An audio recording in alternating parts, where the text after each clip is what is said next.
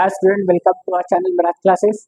आज की क्लास में आप लोग को जो साइंस एग्जाम जो अभी 20 तारीख को जो आपका साइंस का एग्जाम होगा, उसमें आप लोगों को जो जो चैप्टर से आज इम्पोर्टेंट टॉपिक है वो सब एक रिविजन में आप लोगों को करा दिया जा रहा है, बता दिया जा रहा है छोटा छोटा डिफिनेशन के साथ। और आपको इसका पूरा पीडीएफ डिफिनेशंस का आपको डिस्क्रिप्शन में मिल जाएगा। पीडीएफ डाउनलोड करके भी आपको याद कर सकते हैं।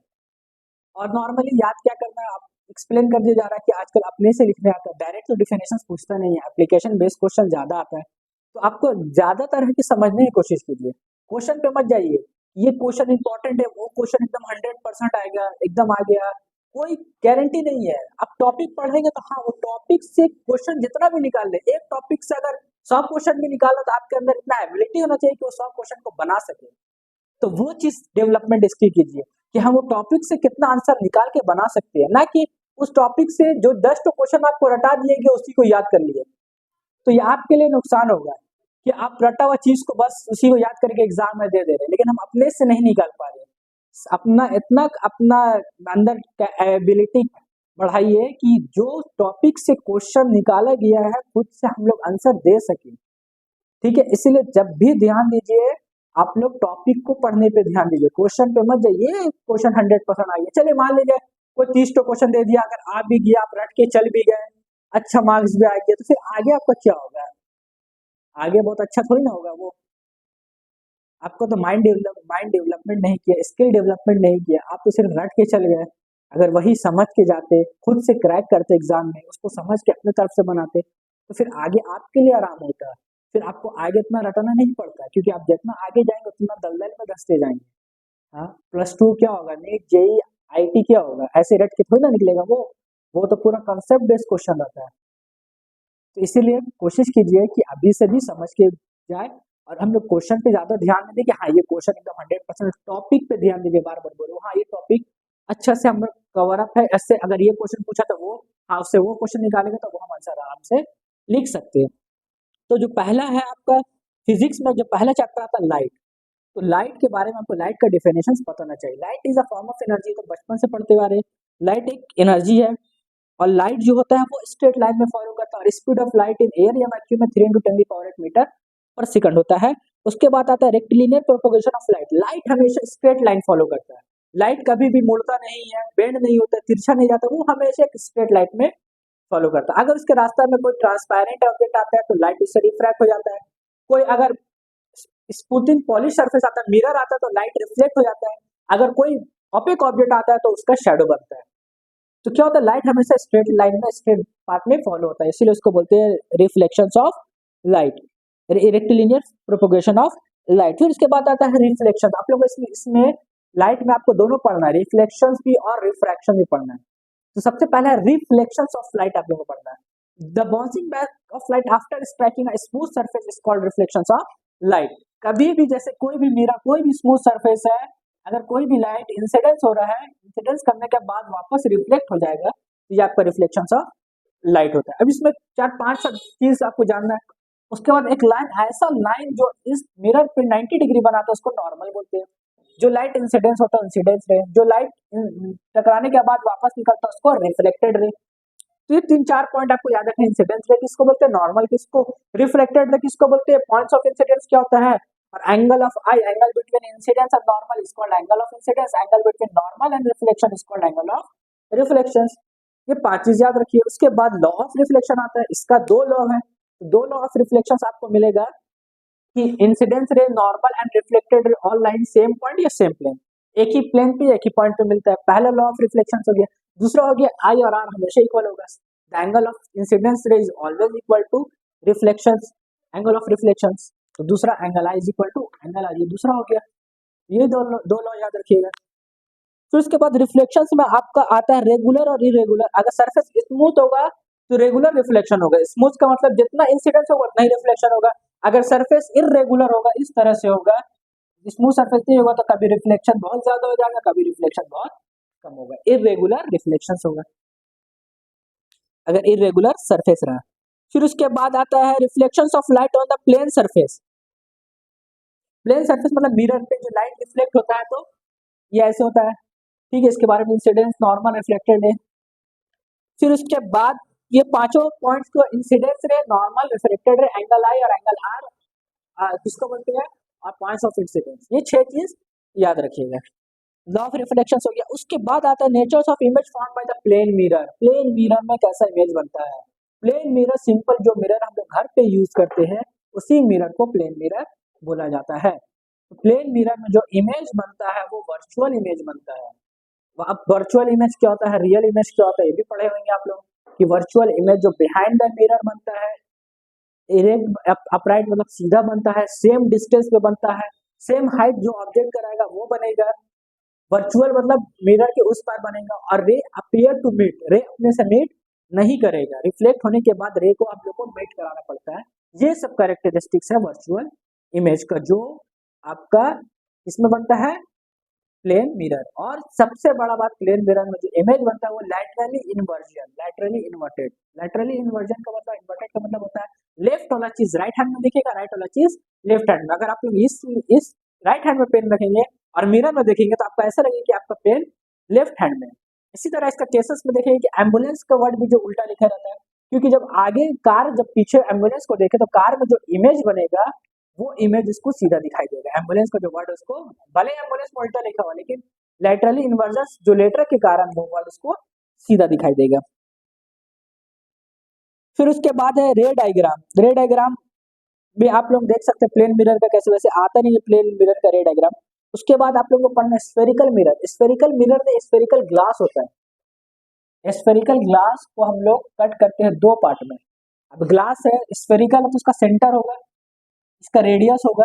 तो एक पार्ट हम लोग को मिलता है ये और एक पार्ट मिलता है हम लोग को ये। तो ये इसका सेंटर हो गया, ये इसका रेडियस, ये भी इसका सेंटर, ये इसका रेडियस। अगर हम लोग आउटर साइड पॉलिश कर देंगे, रिफ्लेक्टिंग सरफेस इनर साइड होगा, तो ये कहलाता है कॉनकेव मिरर। कॉनकेव का दूसरा नाम होता है कन्वर्जिंग मिरर में बात करें। अगर हम लोग इनर साइड पॉलिश कर देंगे, रिफ्लेक्टिंग सरफेस आउटर होगा, तो ये कहलाता है आपका कॉन्वेक्स मिरर। कॉन्वेक्स का दूसरा नाम होता है डाइवर्जिंग मिरर। अब मिरर में बहुत सारा आप लोगों को पॉइंट डिफिनेशन छोटे छोटे याद रखना है। सेंटर ये हो गया, रेडियस ये हो गया, पोल जहां पर ये मिल रहा है, ये लाइन और ये अपर्चर का जो मिल रहा है वो पोल कहलाएगा। अपर्चर पूरा ये लेंथ को बोलते हैं अपर्चर। फिर अपर्चर के बाद हो गया सेंटर और पोल का जो हाफ डिस्टेंस होता है उसको फोकस बोलते हैं।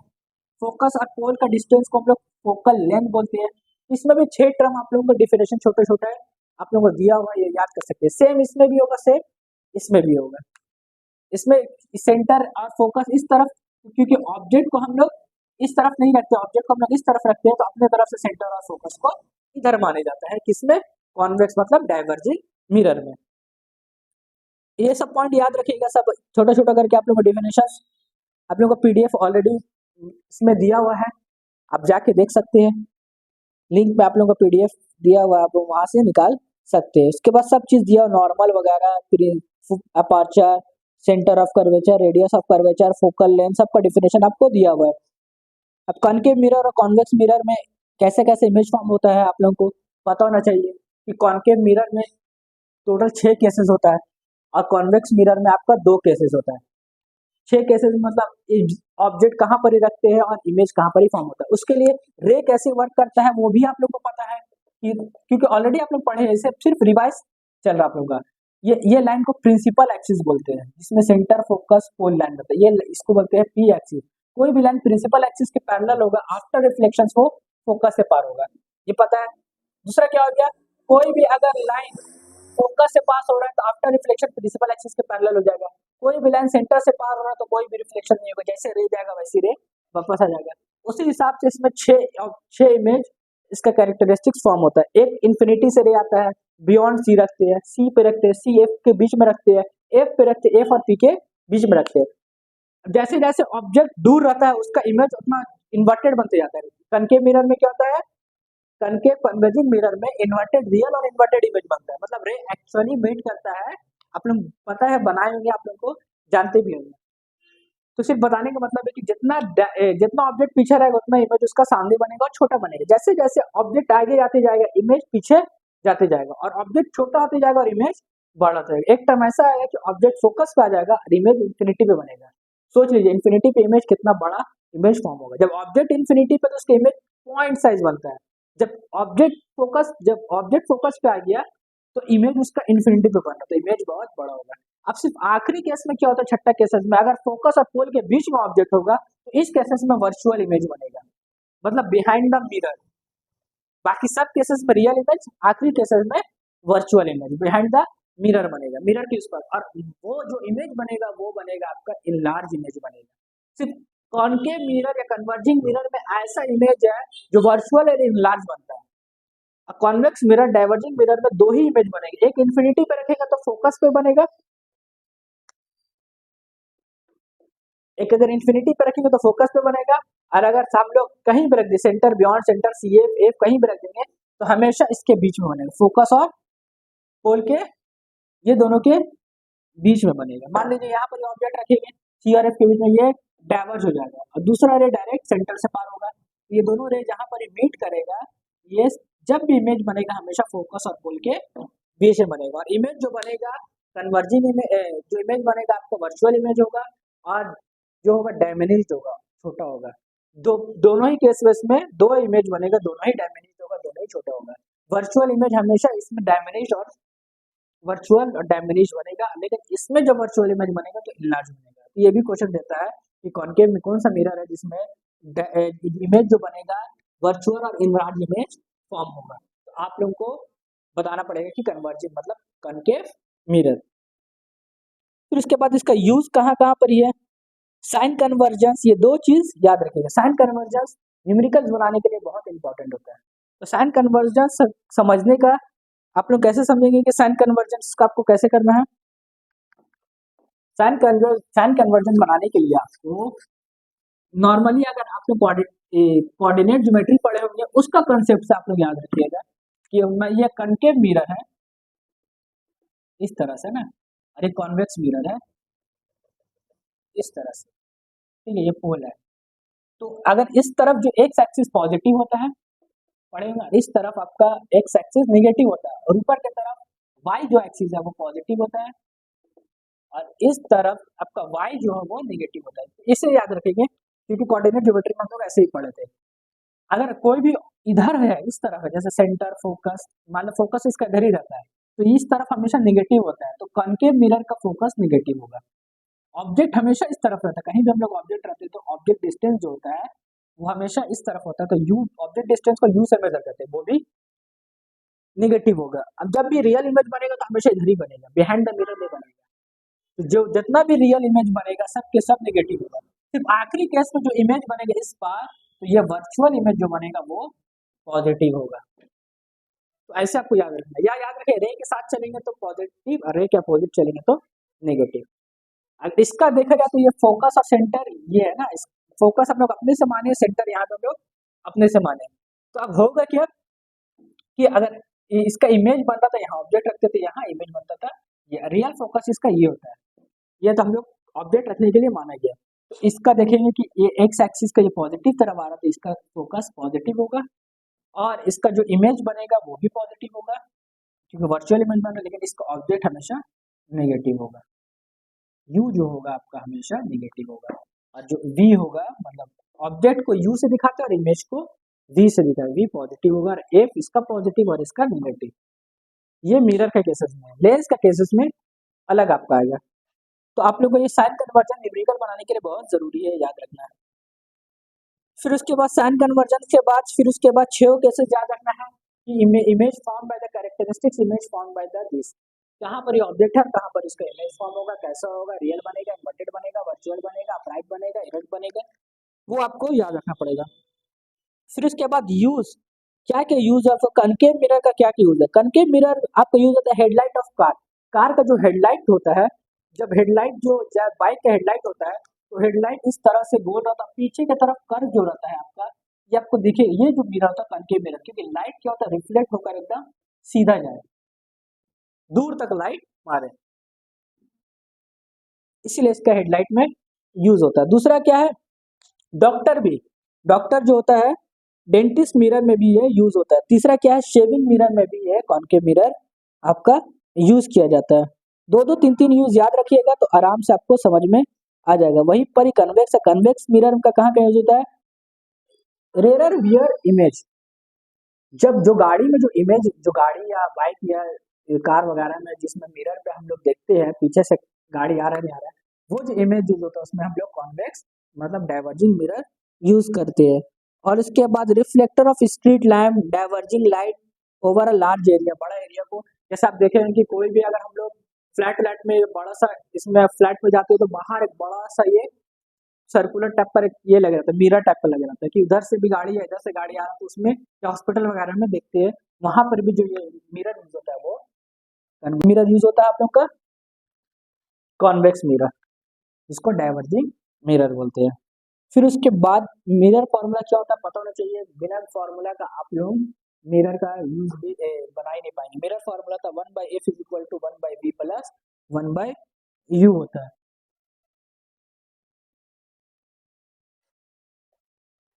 फिर उसके बाद मैग्निफिकेशन का फॉर्मूला था, magnification define as the height of image to the height of object. Magnification का भी मिरर फॉर्मूला आप लोगों को 1/f is equal to 1/b plus 1/u, और मैग्निफिकेशन का फॉर्मूला था h dash by h is equal to minus v by u। Magnification is define as height of image to the height of object. फिर उसके बाद आता है refraction, यहाँ तक रिफ्लेक्शंस का कंसेप्ट क्लियर हो गया। उसके बाद आता है रिफ्रैक्शन, जब लाइट एक मीडियम से दूसरा मीडियम में जाता है उसको बोलते हैं रिफ्लेक्ट। में लाइट क्या होता है, एक ही मीडियम में रहता है, टकरा कर वापस सेम मीडियम में चल जाता है। लेकिन रिफ्रैक्शन में क्या होता है, लाइट एक मीडियम से दूसरा मीडियम में जाता है। जैसे मान लीजिए ये नीचे ये पूरा ग्लास है और ये एयर है, जिसमें स्पीड ज्यादा होता है उसको रेयर मीडियम बोलते हैं, पढ़े आप लोग, जिसमें कम होता है उसको डेंसर मीडियम। आर का मतलब रेयर, डी मतलब डेंसर। जब लाइट एक मीडियम से दूसरा मीडियम में जाता है या तो वो टुवर्ड्स दी बेंड होगा, लाइट क्या हो जाएगा, बेंड हो जाएगा, या तो टुवर्ड्स दी नॉर्मल या तो अवे फ्रॉम दी नॉर्मल, मतलब लाइट का स्पीड भी चेंज होगा और उसका पाथ भी चेंज हो जाएगा। यही फेनोमेनन कहलाता है रिफ्रैक्शन ऑफ लाइट। जब लाइट एक पाथ से दूसरा पाथ में जाएगा तो उसका डायरेक्शन ऑफ द लाइट क्या हो जाएगा, वो चेंज हो जाएगा।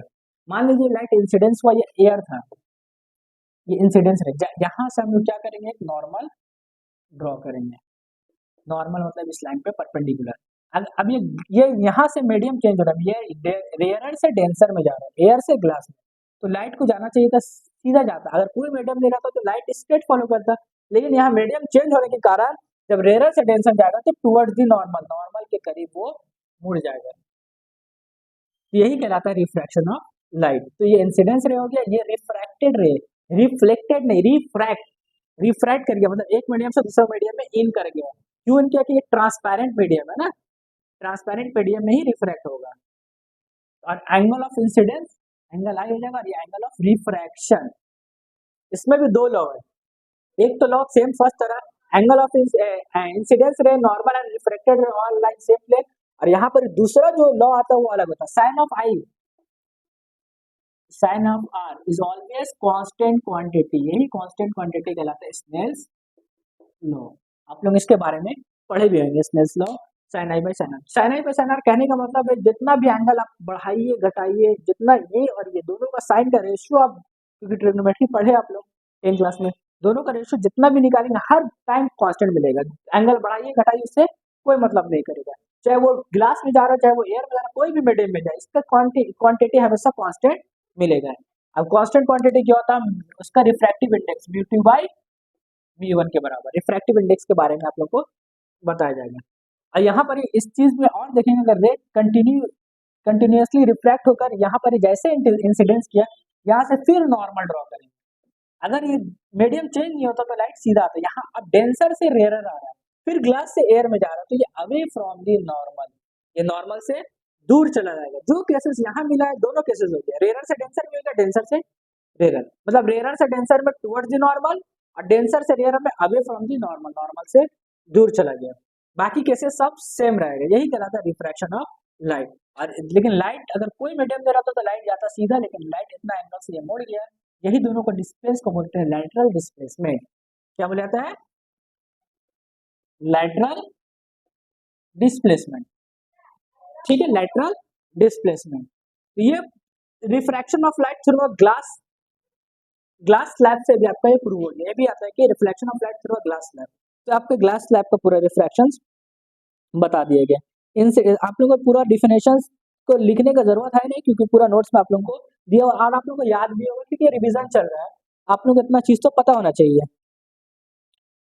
फिर उसके बाद रिफ्रैक्शन का क्या क्या यूज भी है वो भी फिर लेंस में आता है। लेंस का भी केसेस वही होता है जो आप बीरा में पढ़े, एक स्पेरिकल ग्लास होता है, दो तरीका से इसको क्या कर दिया जाता है, ज्वाइन कर दिया जाता है, वो बन जाता है लेंस। जैसे ये ग्लास था, इसको कट किया तो एक ऐसे मिलाया और एक इसको ये पार्ट को इधर रख दिया और ये पार्ट को इधर रख दिया, तो ये हो गया कॉन्वेक्स लेंस और ये हो गया कॉनकेव लेंस। यहाँ से अगर हम लोग,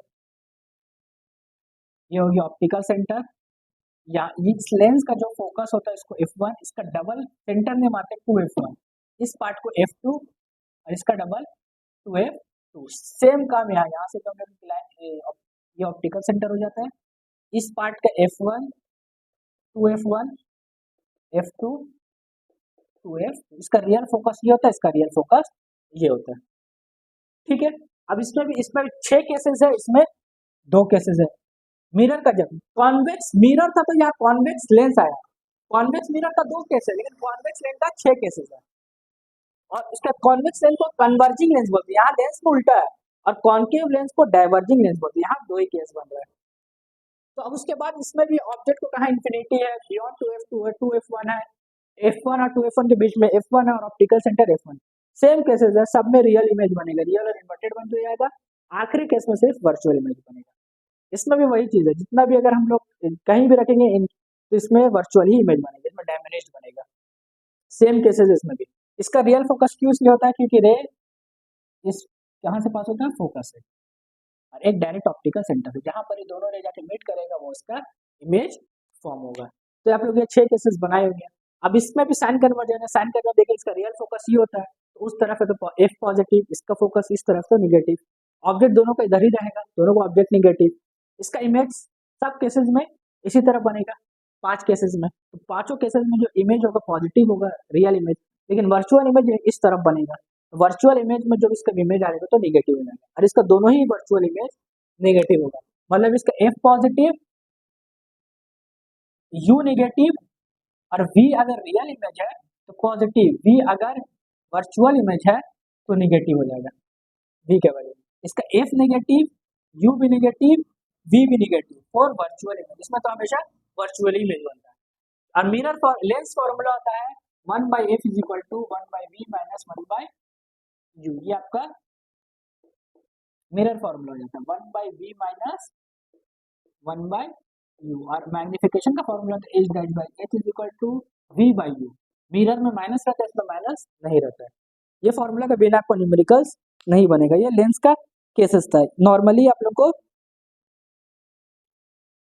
बता दिएगा, नोट्स में आपको पूरा का पूरा ये मिल जाएगा, आप लोग अच्छा से इसको अगर देख लेंगे तो आपका बढ़िया से हो जाएगा। इसका साइन कन्वर्जन याद रखिएगा, मैग्निफिकेशन याद रखिएगा, उसके बाद आप लोगों का फिर उसके बाद आता है डिस्पर्जन ऑफ और स्कैटरिंग। डिस्पर्जन क्या होता है, जब कोई भी एक व्हाइट लाइट जब एक प्रिज्म से पास होता है तो 7 कलर में स्प्लिट हो जाता है, तो वही कहलाता है डिस्पर्जन ऑफ लाइट। जैसे ये प्रिज्म है, जब जैसे ही रे इंसिडेंस हुआ तो यहीं से 7 कलर में टूटना स्टार्ट हो जाता है, फिर उसके बाद यहाँ भी आपको 7 कलर में दिखेगा, यही फेनोमेनन कहलाता है dispersion of light. When a white light split into its constitution colour is called dispersion of light. Dispersion का कारण क्या है, डिस्पर्जन का कारण है आपका कि लाइट का जो स्पीड होता है हर मीडियम में अलग होता है, एयर में स्पीड अलग होता है लाइट का, और ग्लास में स्पीड अलग होता है, हर कलर का हर मीडियम में स्पीड अलग होता है, इसीलिए लाइट डिस्पर्स करता है। स्कैटरिंग का मतलब क्या होता है, स्कैटरिंग का मतलब लाइट जो बहुत सारा एटमॉस्फेयर में छोटे छोटे पार्टिकल्स होता है, उसका सन का रे इमिट क्या होता है, इसमें इन करता है, इन एब्जॉर्ब करता है, एब्जॉर्ब करने के बाद री इमिट, फिर सब तरफ फैल जाता है, यही कहलाता है scattering of light. Blue colour सबसे ज्यादा स्कैटर करता है, इसीलिए हम लोग को स्काई का कलर ब्लू दिखाई देता है, और रेड सबसे कम स्कैटर करता है, तो हम लोग को ब्लू कलर बहुत ज्यादा दिखाई देता है, और व्हाइट सबसे कम, रेड सबसे कम स्कैटर करता है, इसीलिए रेड हम लोग को दिखाई देता है, ब्लू पूरा स्कैटर होकर फैल जाता है, यही कारण है स्काई का कलर हम लोग को ब्लू दिखाई देता है। और रेड कलर हम जब सन राइज और सनसेट के टाइम जब आता है तो हम लोग को ये भी क्वेश्चन पूछता है, सनराइज सनसेट का टाइम जब सूरज का जो कलर है हम लोग रेड क्यों दिखाई देता है, क्योंकि सब कलर स्कैटर हो जाता है, सिर्फ रेड कलर ही जो हम लोग तक पहुंचता है। डेंजरस सिग्नल में भी, रेड सिग्नल में भी डेंजरस साइन में भी रेड सिग्नल, ट्रैफिक रूल में देखेंगे रेड कलर का यूज किया जाता है क्योंकि रेड कलर कम स्कैटर करता है और दूर तक वो जाता है, इसी वजह से दूर से ही हम लोग को रेड कलर दिखाई देता है। फिर इसके बाद स्कैटरिंग ऑफ लाइट के बाद इसी तरह एस्ट्रोनॉट को जो दिखाई देगा स्काई, वो नॉर्मली हम लोग तो ब्लू स्काई देता है, लेकिन जब एस्ट्रोनॉट जब एटमॉस्फेयर के पार जाकर देखता है तो उन लोगों को ब्लू की जगह ब्लैक दिखाई देता है, क्योंकि वहाँ in the absence of atmosphere कोई भी लाइट स्कैटर नहीं कर रहा है। जब कोई लाइट स्कैटर नहीं कर रहा है इसीलिए उसको ब्लैक कलर दिखाई देता है। वही टीडल इफेक्ट में आते हैं। टीडल इफेक्ट होता है कि जब जैसे कि कोई रूम में, जैसे कि रूम से कोई रूम बहुत डार्क रूम है, अंधेरा रूम, सुबह के टाइम है, एक होल है, होल से जब लाइट पास होता है तो बहुत सारा डस्ट पार्टिकल आपको उसके चारों तरफ दिखाई देता है, यही इफेक्ट कहलाता है टीडल इफेक्ट। या जंगल वगैरह में क्या होता है, सुबह सुबह के टाइम जब रोशनी इन करता है तो पूरा धुंधला धुंधला टाइप पर दिखाई देता है, तो यही इफेक्ट होता है टिंडल इफेक्ट। आपको डिफिनेशन याद कर लीजिए और टिंडल इफेक्ट का भी याद कर लीजिए, ये सबका ज्यादातर डिफिनेशन से पूछता है। इसी तरह बहुत सारा क्वेश्चन है, रिफ्रैक्शन ऑफ लाइट है, स्कैटरिंग है, डिस्पर्जन है, कि ये सबसे क्वेश्चन आपको पूछता है। Why do star twinkle, planet do not twinkle, ये स्कैटरिंग ऑफ लाइट की वजह से, रिफ्रैक्शन ऑफ एटमॉस्फेरिक रिफ्रैक्शन की वजह से है। स्काई का कलर ब्लू क्यों दिखाई देता है, सनराइज सनसेट में रेड क्यों दिखाई देता है, 2 मिनट डिले क्यों होता है, ये सब